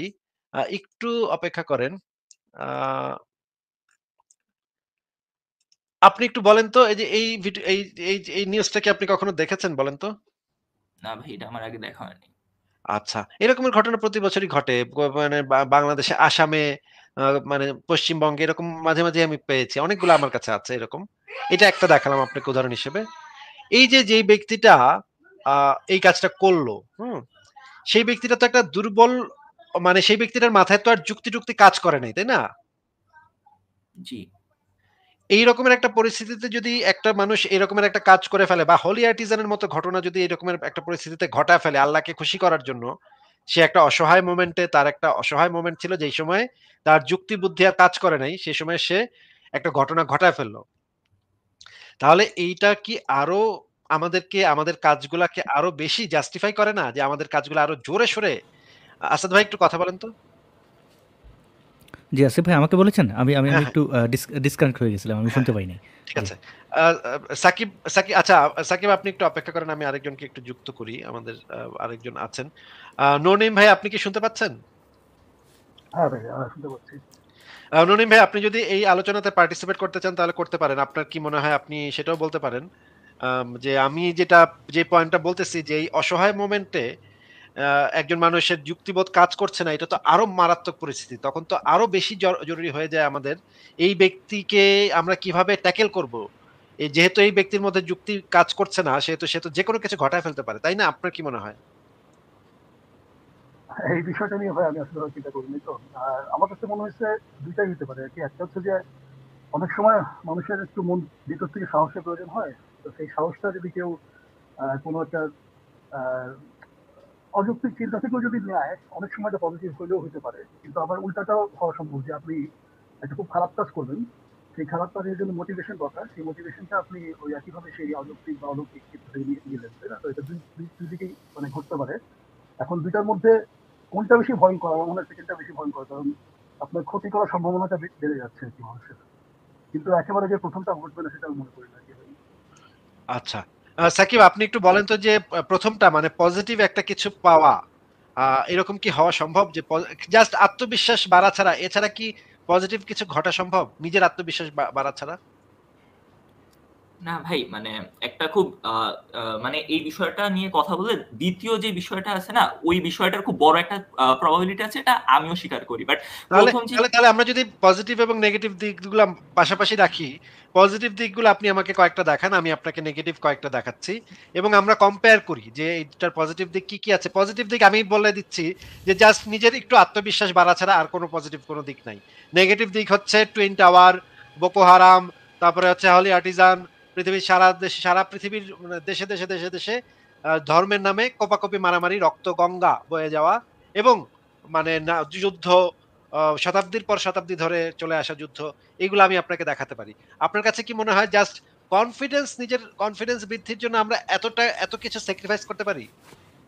ভাই পজিটিভ বিষয়গুলো বলার আগে জাস্ট একটা জিনিস একটু জানতে চাচ্ছি যে ভাই আপনারা তো নাস্তিক না, আমি পুরাপুরি নাস্তিক না, বাট আপনাদের থেকে একটা বিষয় যে আপনাদের লাইফেও তো আপস এন্ড ডাউনস আছে। সো আপনাদের লাইফের ওই মোমেন্ট গুলাকে আসলে আপনারা কিভাবে ট্যাকেল করেন, মানে ওই মোমেন্ট গুলা থেকে জাম্প করে আবার যে হচ্ছে নিজের বেটারমেন্ট বা ভালো একটা কিছু দিকে আসার, এই ক্ষেত্রে আপনারা কি করেন, মানে আপনাদের ক্ষেত্রে ওই সিচুয়েশনটা কিভাবে হ্যান্ডেল করেন? এই প্রশ্নের উত্তর আজকে প্রথমেই দিয়েছি, আজকের লাইভের প্রথমেই দিয়েছি। আপনি মানে ইউটিউব থেকে প্রথমে শুরুটুক দেখে নিয়েন। আসাদ ভাই, নোনেম ভাই, সক্রেটিস ভাই, আপনারা কিছু বলতে পারেন। ভাই আমি আসলে বুয়েট প্রসঙ্গে একটু বলতে চাচ্ছিলাম, জানি না এখন অপশন হয়ে যাবে কিনা। হ্যাঁ হ্যাঁ, বলেন, অসুবিধা নেই, বলেন। না এখন মেইনলি হচ্ছে যে এখানে মানে দুটা জিনিস, একটা হচ্ছে যে আজকে যিনি যুক্ত হয়েছেন নামটা ঠিক মনে পড়ছে না, তো উনি একটু আগে বললেন যে বুয়েটে এই অনেক জঙ্গিবাদ টাইপের একটা প্রচ্ছন্ন ইঙ্গিত তুলে দিলেন। তা আসলে আমার মনে হয় যে বুয়েটে একজন প্রাক্তন ছাত্র হিসেবে এটা মনে হয় যে বুয়েটে আপনার সামান্য কিছু থাকতে পারে এ ধরনের জঙ্গিবাদী চিন্তার মানুষ, কিন্তু সেটা আপনি বাংলাদেশের জেনারেল যেই পার্সেন্টেজ তার থেকে খুব বেশি হওয়ার কোনো প্রমাণ আমি পাই নাই। আর ডারউইনের তত্ত্ব ব্যাপারে আমার কাছে যে ডেটাটা আছে সেটা হচ্ছে এরকম যে আমাদের বুয়েটের কিছু একটা ইন্টারনাল গ্রুপ আছে, সেই গ্রুপে আপনার এই ব্যাপারে একটা পোল হয়েছিল যে ডারউইনের তত্ত্বে তারা বিশ্বাস করে বা সত্য মনে করে, এইটার একটা পার্সেন্টেজ একটা পোল হয়েছিল এবং এটা বইটার মানে অ্যালামনাই এবং সাধারণ ছাত্র মানে বর্তমান ছাত্রছাত্রী সবাই প্রায় সবাই এটার মেম্বার। সো প্রায় 25,000-এর মতো টোটাল মেম্বার। এর মধ্যে হয়তো 10% ভোট দিয়েছে বা 2,500 বা 2,000 বা 1,500, আমি এক্সাক্ট নাম্বারটা মনে নেই, এরকম ওই পোলটাতে অংশগ্রহণ করেছিল। তো সেখানে 44%, 44% তারা ডারউইনের তত্ত্ব সত্য মনে করে এই পক্ষে মতবাদ দিয়েছে, আর 56% বলেছে তারা বিশ্বাস করে না বা তারা এটা সত্য মনে করে না।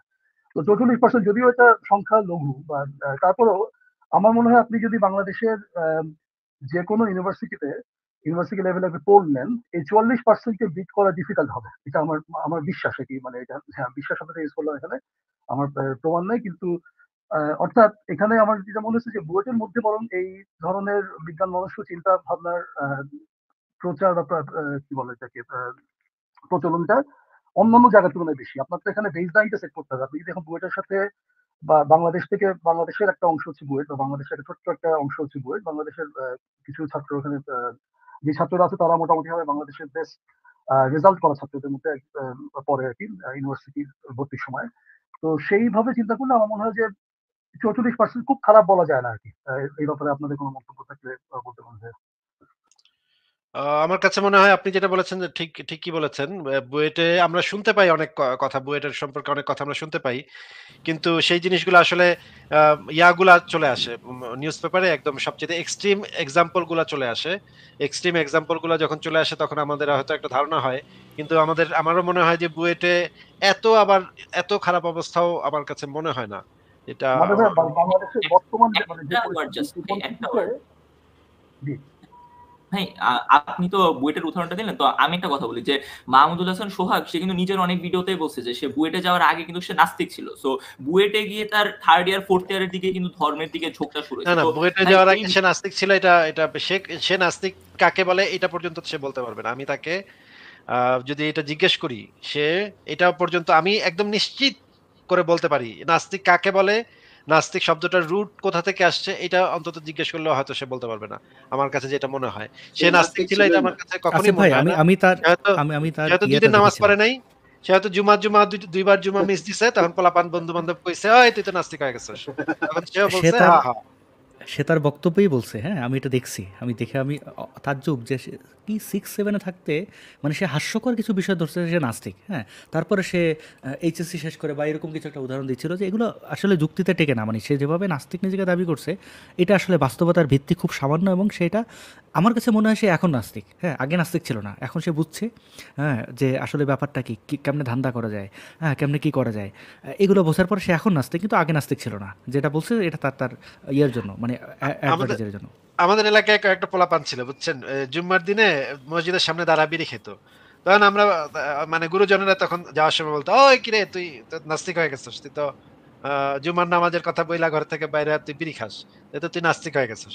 আর ওগুলো না খুব ভাব নিত, নাস্তিক হয়ে গেছে এমন একটা ভাব নিয়া, সানগ্লাস পরা, সানগ্লাস লাগে এমন একটা নামাজের সময় সানগ্লাস লাগে হাঁটতো রাস্তায় রাস্তায়, মানে ভাবটা নিত না সে নাস্তিক, হ্যাঁ, সে আর নামাজ টামাজ পড়া লাগবে না। কিন্তু আবার দেখা যেত 2 দিন পরেই যে তারাবির নামাজে দেখতাম তারে বোমা ফুটাইতে বের হয়ে গেছে। ওই কি জানো তারাবি না তো সবে সবে সবে মেরাজের সবে বরাত, হ্যাঁ। সবে বরাতের রাতে, হ্যাঁ, ওই দিন দেখতাম আবার বাইরে হয়ে গেছে, ওই দিন আবার হো হো করে কাঁদতেছে আল্লাহর কাছে, হ্যাঁ। তখন এই টাইপের নাস্তিক তো ভাই আমরা ছোটকাল থেকে দেখে আসতেছি যে তিন তিন জুম্মা মিস দিছে এই কারণে নাস্তিক। এই সমস্ত নাস্তিকের কি কোনো ইয়ে আছে? কি বলেন ভাই, কোথা থেকে কি এরা নাস্তিক? ভাই সোহাগের ব্যাপারে একটু বলি স্যার। সোহাগ হচ্ছে সোহাগ সাথে পার্সোনাল পরিচয় নেই, কিন্তু মানে সোহাগের যে চেঞ্জ হয়ে থাকে ধরলাম, সেই চেঞ্জটার কারণে বুয়েট দায়ী বা বুয়েটের পরিস্থিতি দায়ী এরকম কোনো সুস্পষ্ট প্রমাণ বা কোনো কথা সে বলেছে বলে আমার মনে পড়ছে না।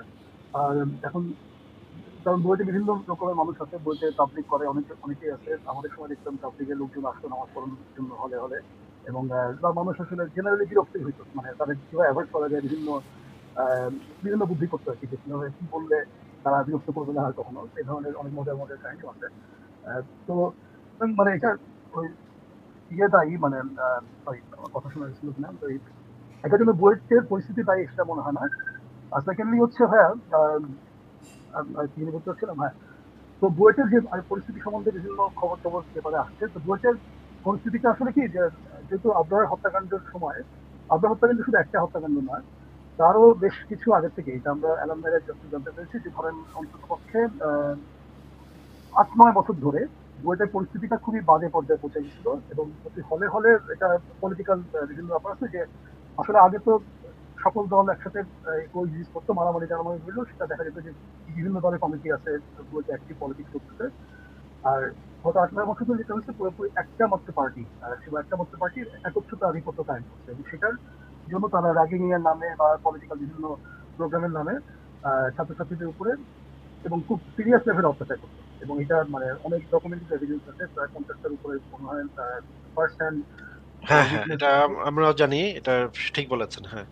হ্যাঁ, এবং এইসব কারণে যেটা হয়েছে যে বুয়েটের অভ্যন্তরে মনে করেন যেহেতু এই কাজগুলো করতেছে বর্তমান ক্ষমতাসীন দল এবং তাদের ছাত্র সংগঠন, সেই কারণে একটা খুব anti Awami League sentiment grow করছে এটা জেনারেল ছাত্রদের মধ্যে, এবং এটা খুবই মানে স্ট্রংলি গ্রো করছে। আপনি যদি বুয়েটের রিসেন্ট যেসব মানে অ্যান্টি পলিটিক্স সেন্টারে নিচ্ছে, সেটার পিছনে কিন্তু 97% উপরে জনমত আছে বুয়েটের কারেন্ট ছাত্রদের মধ্যে অ্যাকর্ডিং টু।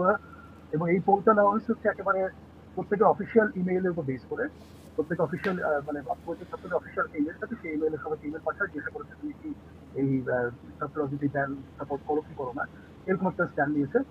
এবং সেই স্ট্যান্ডটা নেওয়ার পরে যেহেতু তাই মানে এখন এত ওভারওয়েলমিং মেজরিটি যখন কোনো একটা স্ট্যান্ড নিয়ে নেয়, সেটা যদি যৌক্তিক নাও হয়, তারপর দেখা যায় যে ওটা আসলে কিছুটা হলেও মানে ওটার পিছনে একটা লেজিটিমেসি চলে আসে সেই দাবিটার পিছনে। আর সেকেন্ডলি যেটা হইতেছে যে এই সময় আবার ওই হিজবুত তাহরিরের নামে একটা ইমেইল আসছে, যে ইমেইলটা পাঠানো হয়েছে কোনো বইটার এরকম অফিসিয়াল ইমেইলেই অনেকের কাছে। তো এই ঘটনাটাও আদৌ মানে এই যে এটা কি মানে অনেক সময় বলো না যে আগুন লাগলে আলু পোড়া খাওয়ার চেষ্টা, সেই আলু পোড়া খাওয়ার চেষ্টা হতে পারে। এবং যেহেতু বইটা একটা অ্যান্টি-লিগ সেন্টিমেন্ট কাজ করছে, সেই সেন্টিমেন্টটাকে পুঁজি করে হয়তো জঙ্গিবাদী বা এই ধরনের উগ্র মনস্ক মানুষদের চেষ্টা করতেছে বইটার ভিতরে একটা স্ট্যান্ড নিতে, সেটা হতে পারে। আবার পুরো জিনিসটা পিছনে অন্য কোনো সাজানো ব্যাপার থাকতে পারে, এটা আমি মানে বলতে পারি। নোনেম ভাই, আপনি বেশ জ্ঞান গভীর আলোচনা আমাদের বলছিলেন, যে আমি দুঃখিত আপনাকে থামানোর জন্য, যে আমি 2-3টা প্রশ্ন আপনাকে করতে চাই। যেমন আমরা যদিও খুব আস্তে শুনছিলাম আপনাকে, আমি আমার অভিজ্ঞতা বলি যে বুয়েটের স্টুডেন্টরা বাংলাদেশের এমন পর্যায়ে আছেন যারা কিন্তু বাংলাদেশটাকেই মানে এক প্রকার বিনির্মাণ করছেন। আমি তাদেরকে চিনি পার্সোনাল ইয়েতে। এবং তারা ধর্মকর্ম এগুলোর সাথে যুক্ত নাই। এখন ধার্মিকরা যেরকম বলে বেড়ায় যে হ্যাঁ আমি ধার্মিক, হ্যাঁ কপালে ধরেন দাগ ফালাই ফেললো, হ্যাঁ সোহাগের মতো এরকম অনেকেই, কিন্তু আসলে যারা নিধার্মিক তারা তো ওইভাবে নিজের প্রচার, হ্যাঁ আমি ধার্মিক না, আমি নাস্তিক, দেখো এগুলো বলতে চান না। বিশেষ করে বুয়েটের স্টুডেন্টরা তো নাই। এবং যদি জরিপের কথা বলি, জরিপটা আসলে কীভাবে হয়, যদি এখন আমরা জরিপ করি যে কোকাকোলা বয়কট করবে হা বা না, তাহলে দেখবেন যে 90% কোকাকোলা বয়কট করবে। আবার যদি বলি ফেসবুক, দেখবেন 90% বয়কট করবে না বলে ভোট দেবে। তাহলে মানে দুইটা প্রোডাক্ট, মানে যদি বলা হয় যে ইসরায়েল বা ধরেন ইহুদি, তাহলে আপনি তো মানে খুঁজা মানে রুটে গেলে একই একই কথা। তো ফেসবুক বয়কট করবে না কোকাকোলা বয়কট করবে, তার মানে বয়কটের ব্যাপারটা বা ভোটাভুটি এটা আসলে আপেক্ষিক। হ্যাঁ, বিজ্ঞান ভিত্তিক ব্যাপারে অনেক বুয়েট রেস্টুরেন্ট আছে, তারা আসলে ধর্মটা পড়েই নেই, জানেই না। আমি কিন্তু বয়কটের ব্যাপারে আসলে বলছিলাম না, আমি বলছিলাম যে রাজনৈতিক রাজনীতি দানের ব্যাপারে, মানে না না, হ্যাঁ আমি একটা, জি জি, আমি ওইটাই বলছি, মানে বয়কটটা যেহেতু এখন ট্রেন্ডিংয়ে, আপনি যদি ভোটের কথা বলেন, ভোটে তো একই জিনিস আসবে। যদি ধরেন আপনি কোকাকোলাকে ভোট দেবেন নাকি মোজোকে, তাহলে এখানে দেখবেন যে 99% মোজোকে ভোট দেবে। আবার যদি ফেসবুককে ভোট দেবেন না, এখন এই ফেসবুককে ভোট দেওয়ার সাথে যদি ইসলামিক কোনো জিনিস, মানে ইসলামকে রিপ্রেজেন্ট করে এমন কোনো সাইট বলেন, নাই তো। এটা একটা ব্যর্থতা, আমাদের নাস্তিকদেরই ব্যর্থতা বলা যাবে।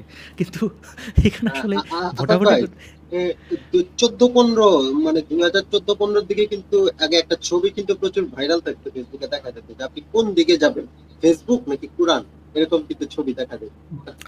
কোরআন না, এখানে আপনি যদি স্বয়ং মোহাম্মদ যদি এখন কবর থেকে যদি উঠাও আসে কোনো প্রযুক্তির মাধ্যমে, বিজ্ঞানীদের কোনো কল্যাণে, টাইম ট্রাভেলিং বা যা কোনো কিছু, তারপরে মোহাম্মদের দিকে যাবে না। এই এক্সাম্পল দিলে লাভ নাই। তো এই ভোটাভুটির ব্যাপারে বলছিলাম, দেখেন এখন যদি রাজনৈতিক ভোটও চিন্তা করেন, হ্যাঁ কার দিকে যাবে, এটা তো আমরা সবাই জানি। কিন্তু এগুলো আসলে আপেক্ষিক, আমার কাছে মনে হয় না। কিন্তু আমি বুয়েটের শিক্ষার্থীদের মধ্যে যারা আসলেই প্রথিতযশা, যারা আসলেই বিদ্যাটাকে সেভাবে গ্রহণ করছেন, তাদের মানে তাদের যে অবদান বাংলাদেশে আমি কিছুটা আমি ফিল করি যে তারা আসলেই সত্যিই ভালো ভূমিকা রাখেন। এখন এই ধর্মান্ধদের কবলে তাদের তো বেশি দেখা যাবেই, তারা লাফায় বেশি, চিৎকার করে বেশি, আবার ওইখানে আসল জায়গায় নাই। যেমন ধরেন আসিফ মহিউদ্দিন ভাই, উনি কিন্তু আলেম, মুফতি, কিছুই কোনো ডিগ্রি নেই, কিন্তু তারপরে দেখেন, আমি আমার কথা নাই বললাম, হ্যাঁ, তো তারপরে দেখেন যে এই যে হম্বি দেখায় মোল্লা মুন্সিরা বিভিন্ন জায়গায়, কেউ বিতর্কে আসে না। বিতর্কে আসে না কেন, এটা যদি একটা এক্সাম্পল দিই, যেমন রাহুল, সে আমারে ভাবছিল যে আমি তো বিতর্ক জানি না, আমি কারোর সাথে কথা বলি না, সে এসে উল্টে ফেলবে। তো এই যে ধরেন এই যে বাটপারিগুলো করে, যে আচ্ছা আমরা বুঝে যাবো, তো তাদের কি জ্ঞানের শেষ নাই? মানে তাদের কি জ্ঞানের ইয়ে নাই, মানে হ্যাঁ এত আমরা জানি কোরআন হাদিস দিয়ে উল্টে ফেলবো, হ্যাঁ যে মাদ্রাসায় পড়ে তার সাথেও ডিবেটে আসে না। এটার কারণটা কি? ওরা আসলে সত্যটা জানে, ওরা নিজেরা, আমার কাছে মনে হয় যে ধর্মপ্রচারক যারা আছে এরা নিজেরাও নাস্তিক। হ্যাঁ, এরা এগুলো বিশ্বাস করে না, শুধুমাত্র তাদের স্বার্থে ব্যবহার করে। স্বার্থটা কি? যে তারা প্রচুর ফেম পায়। আজকে ধরেন ওই যে কোনো একটা বক্তা নাস্তিক হয়ে গেছে, তারপরে তার নিয়ে বিতর্ক, সে ওখানে বলতেছিল যে কোনো নাস্তিক যদি আস্তিক হয়ে যায়, মুফতি মাসুদের এখানে উদাহরণ টালছিল যে মুফতি মাসুদ, সে কোরআনের উপরে জুতো রাখছে, এখন যদি সে বাংলাদেশে আসে তাহলে সবাই তারা মাথায় তুলে রাখবে। কেন? যে আচ্ছা এত বড় মুফতি, সে নাস্তিক হয়ে গেছিলো, ভাগ্য মানে কোনোরকম ইজ্জতটা পাচ্ছে যে আস্তিক হয়ে গেছে, আল্লাহরে মানছে, ব্যাস আমাদের ইজ্জতটা কোনোরকম এটা রক্ষাটা পাইছে। এই চিন্তাটা দেখেন ধার্মিকদের মধ্যে, এই চিন্তাটা সবসময় কিন্তু কাজ করছে যে কোনোভাবেই যে আচ্ছা সমালোচকদের কোনোভাবেই যদি নিজের দলে আনতে পারি, কারণ এরা সবাই জানে যে এটার আসলে আলটিমেট রেজাল্ট কী। বুয়েটের স্টুডেন্টরা যদি বলে আমি প্রচুর ধার্মিক, হ্যাঁ আমি অমুক, আমি বিজ্ঞানে পড়িতে কী হয়েছে, আসলে সে ধর্ম পড়ে নাই। ধর্ম না পড়লে এটা তাদের ব্যর্থতা। এই উত্তরটা আসলে আমাদের কাছে নাই। আচ্ছা, আমি মনে করি না যে এরা কেউই নাস্তিক। আমার কাছে মনে হয় এদের মধ্যে অনেকেই আছে যারা খুবই দৃঢ়ভাবে বিশ্বাস করে ইসলাম ধর্মে। এই যারা হুজুর-টুজুর আছে তাদের অনেকেই আছে একদম খুবই ভাবে বিশ্বাসী। আর ননিম ভাইয়ের একটা কথা আমার খুবই মানে গুরুত্বপূর্ণ মনে হয়েছে যে এই যে আওয়ামী লীগ যে কাজটা এখন করতেছে সেটা হচ্ছে যে এটা অবশ্য সব ক্ষেত্রে সবসময় ঘটবে, এরকমই ঘটবে যে একটা রেজিস্ট্যান্স ফোর্স তৈরি হবে যখন তারা এটা সেকুলার হোক বা ধর্মান্ধ হোক, যেই ধরনের মানে ক্ষমতাসীন দলই থাকুক না কেন, তারা যখন আ দমন-পীড়ন চালাবে তখন একটা রেজিস্ট্যান্স ফোর্স তৈরি হবেই। এটা হওয়াটাই স্বাভাবিক। এবং এইখানে দেখা যাচ্ছে যে এই ফোর্সটা আসতেছে। যেহেতু আওয়ামী লীগ একটা সো কল্ড সেকুলার দল, সেহেতু এই রেজিস্ট্যান্স ফোর্সটা আসলে দেশে এই যে ধর্মান্ধদেরকে দিচ্ছে আরকি, উস্কায় দিচ্ছে, তাদেরকে আসলে শক্তিশালী করতেছে। ছোট্ট জিনিস আ অ্যাড করি। ভাই হ্যাঁ, আমি একটা কথা বলি, যদি হচ্ছে এখন বিএনপি ক্ষমতায় থেকে আওয়ামী লীগ যা করতেছে এটা করতো, তাহলে দেখতেন বর্তমানে যে অ্যান্টি আওয়ামী লীগ সেন্টিমেন্টটা ক্রিয়েট হতেছে তার অর্ধেকও ক্রিয়েট হইতো না। কারণ বর্তমানে আওয়ামী লীগকে হেট করার অন্যতম বড় কারণ হচ্ছে ওরা মনে করে হচ্ছে আওয়ামী লীগ হচ্ছে ইসলামের শত্রু। হ্যাঁ, এখন বর্তমানে আপনি যতজন মোল্লা মুসলিমকে জিজ্ঞেস করবেন যে ভাই আপনি আওয়ামী লীগের কেন বিরোধিতা করেন, আওয়ামী লীগ আপনার কি করছে, ওরা কিন্তু বলবে না যে দেশে দুর্নীতি করতেছে, টাকা বিদেশে পাঠাইতেছে, ব্যাংকগুলিতে খেয়ে ফেলতেছে। ওদের মেইন আর্গুমেন্টটাই হবে হচ্ছে ভাই ওরা হচ্ছে ইসলাম বিরোধী, বায়াতুল হ্যাঁ, মোকাররমে গিয়ে হামলা চালাইছে। ঠিক, ঠিক। আপনার সাথে ঠিক আছে। ভাই আমার তো ৩ ঘন্টা শেষ হয়ে গেছে। ফারাজ ভাইও চলে আসছে।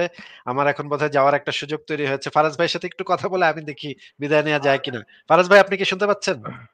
হ্যাঁ ভাই, আমি শুনতে পাচ্ছি, কিন্তু ভাই আমার উপর ছেড়ে দিয়ে যায় না। আসাদ ভাইয়ের কাছে কি কন্ট্রোলিং আছে? আসাদ ভাইকে তো আমি কন্ট্রোলিংটা দিছিলাম, কিন্তু আসাদ ভাই মনে হয় কন্ট্রোলটা ওইটা ব্যবহার করে ঢোকে নাই। ও হ্যাঁ, এটা আচ্ছা, একটা তাহলে ব্যর্থতা আসিফ ভাই, আমি সরি, আমার ওই আগের ইমেলটা খারাপ হয়ে গেছে বুঝছেন। তো ফারাজ ভাইয়ের কাছে কিছু নাই। আমার কাছে কন্ট্রোল আছে, কিন্তু ভাই কতক্ষণ কন্ট্রোল করতে পারবো কিছু সমস্যা নাই। I can control. তাহলে হ্যাঁ, ভাই ওকে। আমি আজকে বিদায় নেই, কারণ আমার ৩ ঘন্টা হয়ে গেছে। নো নেম ভাই, আপনার কি লাস্টে আর কিছু বলার ছিল? না ভাই, মোটামুটি যা বলার বলছি মনে হয় আজকের মতো। আচ্ছা, তাহলে আপনারা কথা বলেন। আমি তাহলে আজকে বিদায় নিচ্ছি। আপনারা ভালো থাকবেন। শুভরাত্রি। আমি যে আচ্ছা বাইরে আসিফ থেকে ভাই, হ্যাঁ, আপনি কি যাওয়ার আগে একটা ছোট কথা একটু উঠাইতে পারি যদি আপনার সময় হয় আর কি? হ্যাঁ, আচ্ছা বলেন। আসিফ ভাই, আমার এখানে প্রচুর নেটওয়ার্ক ঝামেলা করতেছিল, সো আমি অ্যাকচুয়ালি শুনতে পারি নাই যে বুয়েট সম্পর্কে আপনার অপিনিয়নটা কি ছিল অ্যাকচুয়ালি। মানে বুয়েটে পোলাবেন, আমি হয়তোবা আলোচনা চলতেছিল এরকম যে বুয়েটে পোলাবেন এরকম ধার্মিক কেন এই না, সম্পর্কে বুয়েট আপনার আমি অপিনিয়ন কি ছিল?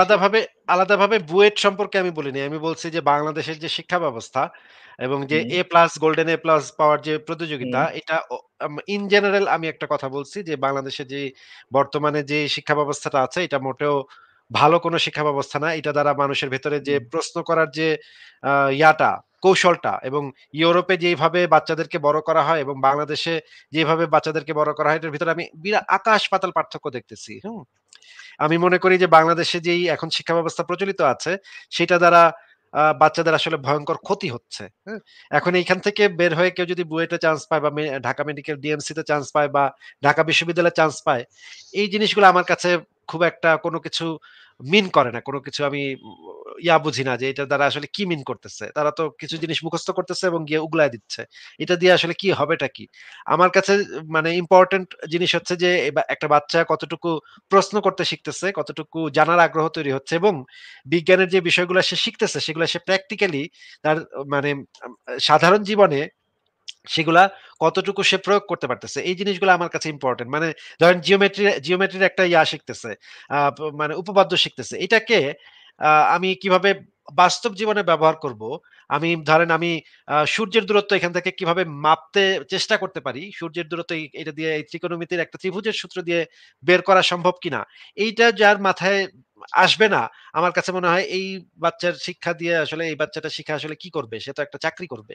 একটা ব্যাংকে চাকরি সো করবে। দেখা অ্যাকচুয়ালি যাবে আপনার বুয়েটে স্টুডেন্টসদের নিয়ে কোনো অপিনিয়ন নেই, আপনার অপিনিয়নটা হচ্ছে অ্যাকচুয়ালি শিক্ষা ব্যবস্থাটা নিয়ে। শিক্ষা ব্যবস্থা নিয়ে। আমি মনে করি যে বুয়েটে ইলেকট্রিক্যাল ইঞ্জিনিয়ারিং পাশ করে যদি কেউ এখন ব্যাংকে চাকরি করে, আমার কাছে মনে হয় যে এটা West of time, West of money, প্রয়োজন নাই, প্রয়োজন ছিল না।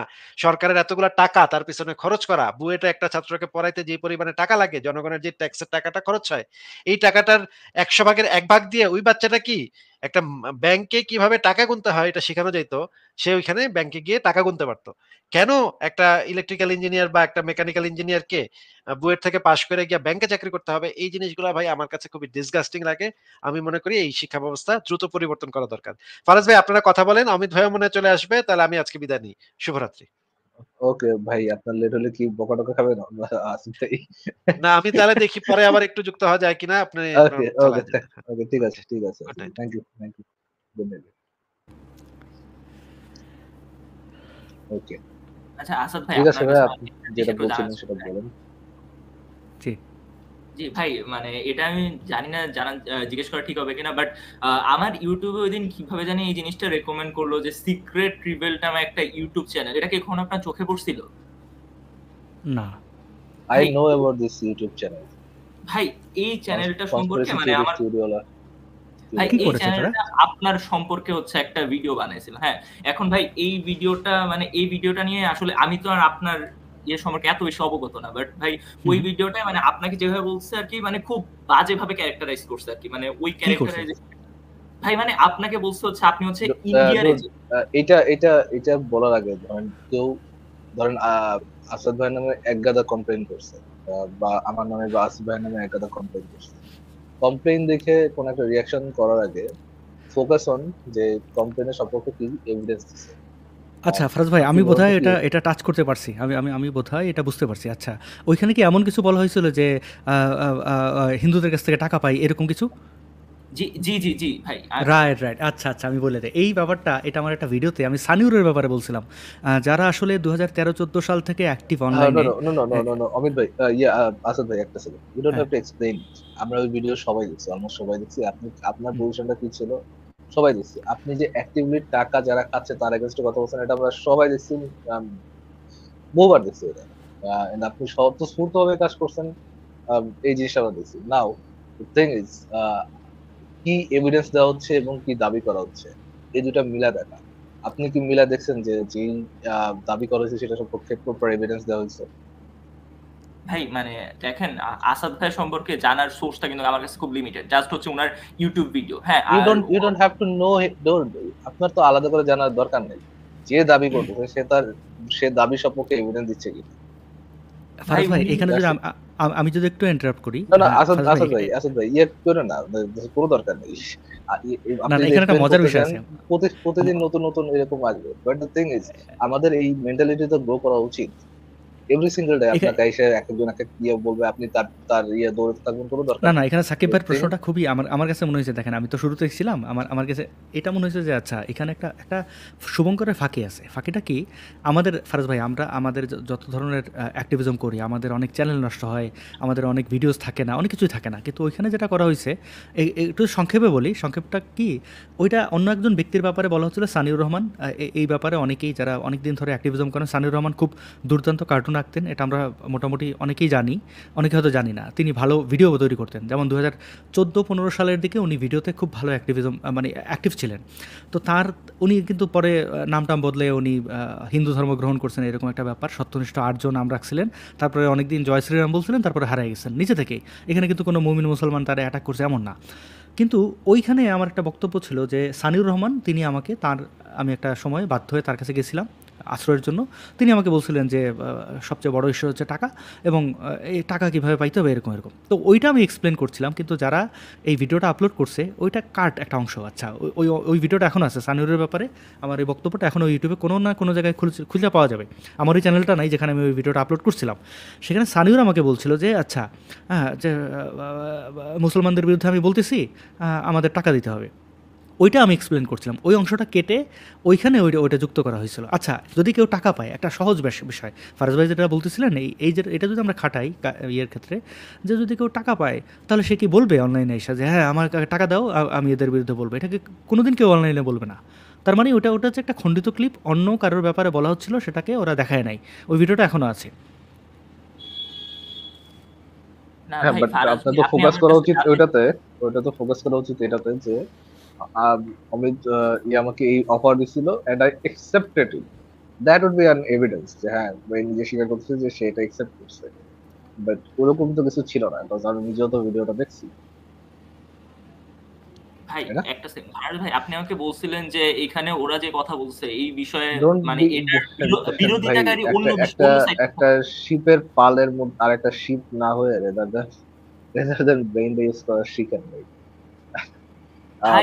কেউ যদি বলে এটা, আপনি আমাকে কোথায় শুনেন আগে, ভাই বলার আগে কথা বুঝে তারপর রেসপন্স করেন। প্রত্যেকটা হিসাবে তো ভাই করতেছেন, কথাটা বুঝে রেসপন্স করেন। আসাদ ভাই যদি বলতো যে হ্যাঁ আমাকে এই অফারটা করছে, আমাকে সেই অফারটা ভালো লাগছে, এই অফারটা গ্রহণ করছে, দেন এটা একটা এভিডেন্স হতো যে এই সপক্ষে যে সে হিন্দুত্ববাদ বা এই যে এটা সপক্ষে কথা বলে। কিন্তু ভিডিওর মধ্যে এরকম কোনো ক্লিপ ছিল না। সোজা সবটা কথা, এটা তো এত কনফিউজড হওয়ার কিছু নাই। ভাই আপনি কি ভিডিওটা পুরোটা দেখছেন? আমি আসাদ ভাইয়ের ভিডিওটা দেখছি, যেখানে আসাদ ভাইয়ের সম্পর্কে, আসাদ ভাই নিজে যেটা সম্পর্কে বলছে সেটা আমি দেখছি। না ভাই, ওইখানে কিন্তু ওইখানে কিন্তু জাস্ট একটা ক্লিপ ইউজ করা হয় নাই। 1000টা ক্লিপ ইউজ করা হোক, 1000টা ক্লিপের মধ্যে এভিডেন্সটা কোথায়? এভিডেন্সটা দেন আমাকে। আচ্ছা ঠিক আছে, এটা একটা প্রপার এভিডেন্স দেন, এটা নিয়ে আমি চিন্তা করতে পারি। একটা প্রপার এভিডেন্স দেন দেখি, যে কোনো ভাই ক্লেম সপক্ষে প্রপার এভিডেন্স দেওয়া হয়েছে এরকম একটা এভিডেন্স দেন। ফারাজ ভাই যদি না আমার যেটা থাকে, মনে হচ্ছে যে হ্যাঁ, যদি এভিডেন্স না থাকে, যদি ভাই বলে আরেকটা নতুন দাবি উঠাতে চান, দেন ভাই আমি শুনতে ইন্টারেস্টেড না। আর না যদি না ফারাজ এভিডেন্স ভাই থাকে, আমি আমি প্রমিস জেনুইনলি শুনতে ইন্টারেস্টেড। একটু আমি ইয়ে করি যে হ্যাঁ, যেভাবে প্রেজেন্ট করা হয়েছে তাতে মনেই হবে যে এটা আমিই বলছি। হ্যাঁ, এইটা এখানে একটা ফাঁকির ব্যাপার আছে। হ্যাঁ, এখানে যারা ধরেন আগের ভিডিওটা দেখেন নাই, আমার যে বক্তব্যটা ছিল সানিউরের ব্যাপারে, ওই বক্তব্যটা যারা দেখেন নাই তারা যদি এই ভিডিওটা দেখেন, এবং ওই ভিডিওটা অনেক পুরনো, 2017 সালের, তো ওইটা যদি এখন কেউ দেখায় তাহলে মনে হবে যে এটা আমি বলতেছি আমার ব্যাপারে। আসলে ব্যাপারটা একটু ভিন্ন ছিল। তো ওইটা অনেকেই বিভ্রান্ত হইতে পারেন, এটা হইতেও পারে। আরেকটা বিষয়, ফারাজ ভাই যদি আমি একটু যুক্ত করি, আজকে কিন্তু পাকিস্তানের যে প্রধানমন্ত্রী, হ্যাঁ, শাহবাজ শরীফ, সে কিন্তু আজকে বলতেছিল যে বাংলাদেশ আমাদের মতো একটা দেশ, তারা এত ডেভেলপ করছে, আরে আমরা এত ডেভেলপ করতে পারতেছি না, বাংলাদেশ তারা রেমিটেন্সের উপর নির্ভরশীল, আমরাও নির্ভরশীল। এই পার্থক্যটা দেখেন, যদি আমরা একটু ভিন্ন দিকে তাকাই, যে বাংলাদেশ কিন্তু এখনও পাকিস্তান হয়ে যায়নি। বাংলাদেশের এখনও মানুষের মধ্যে ওই ধর্মান্ধতা, শরিয়া আইন, এগুলোর কিন্তু এখনও প্রয়োগ হয় নাই। যে কারণে পাকিস্তান এখনও হিমশিম খাইতেছে যে তারাও রেমিটেন্স নির্ভরশীল, আমরাও নির্ভরশীল, তাহলে তারা আমাদের থেকে এত বেশি আগায় গেল কেন, তাদের এত ইন্ডাস্ট্রিজ, এত কিছু কেন?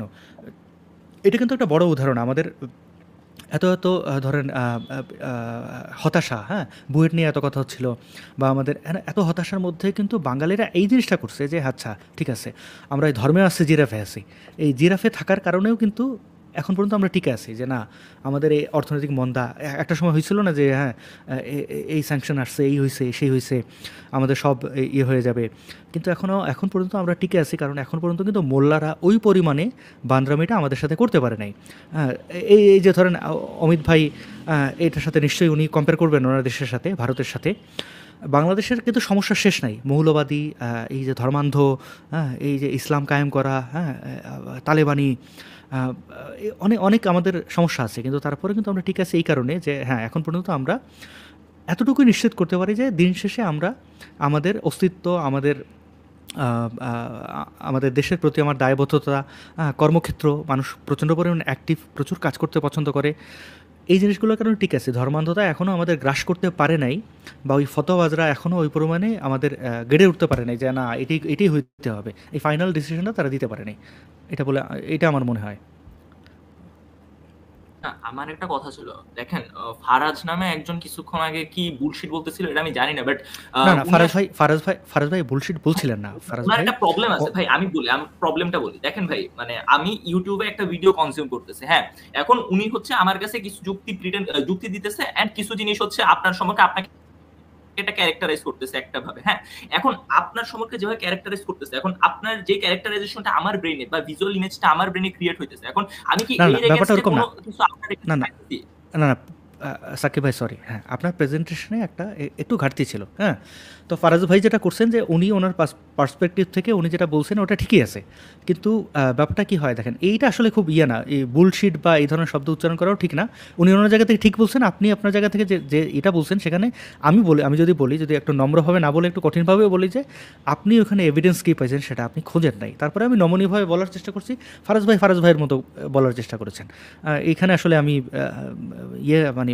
ওইভাবে আঘাত করার মতো কিছুই দেখি না। কোনো একটা রং জিনিস ধরাই দিলে বি অ্যান অ্যাডাল্ট, যে হ্যাঁ আমার যেটা রং ছিল, don't be channel bitching and boning করার সময় আছে এনিহাউ। যদি এভিডেন্স থাকে তাহলে বলেন, আর যদি এভিডেন্স না থাকে দেন লিভ ইট, এভিডেন্স নিয়ে আসেন। যদি এভিডেন্স ভালো হয়, সঠিক এভিডেন্স হয়, এমন নিয়ে নেবেন, সমস্যা নেই। সাকিব ভাই ওটা কাউন্টার আমি দিতে চাইলেও আমি দিতে পারতাম, আমি ওটার কাউন্টারই দিই না, কারণ ওটা ফারাজ ভাইয়ের কথাই ওরকম বুলশিট টাইপেরই ছিল। মানে আপনি ফারাজ ভাইকে যেটা বলছেন, তো আসলে ওটা ওইরকম কোনো ইয়েই না, কাট করে ওইরকম কিছু ঢুকাই দিল। হ্যাঁ, এটা ধরেন আসিফ ভাইয়ের ব্যাপারে আমার ঝামেলা থাকলে আমিও এরকম কাটছাট করবো। হ্যাঁ, কোনো একটা কথার মধ্যে থেকে, লাইভে তো অনেক কথাই বলেন, হ্যাঁ, কোনো একটা জিনিস কাটটাট করে আমি একটা প্রেজেন্ট করলাম যে ওটা আসিফ ভাই বলছেন, আসলে এটা একটা খুবই সিলি বিষয়, এই বিষয়টা আমরা ইগনোর করি। আচ্ছা ভাই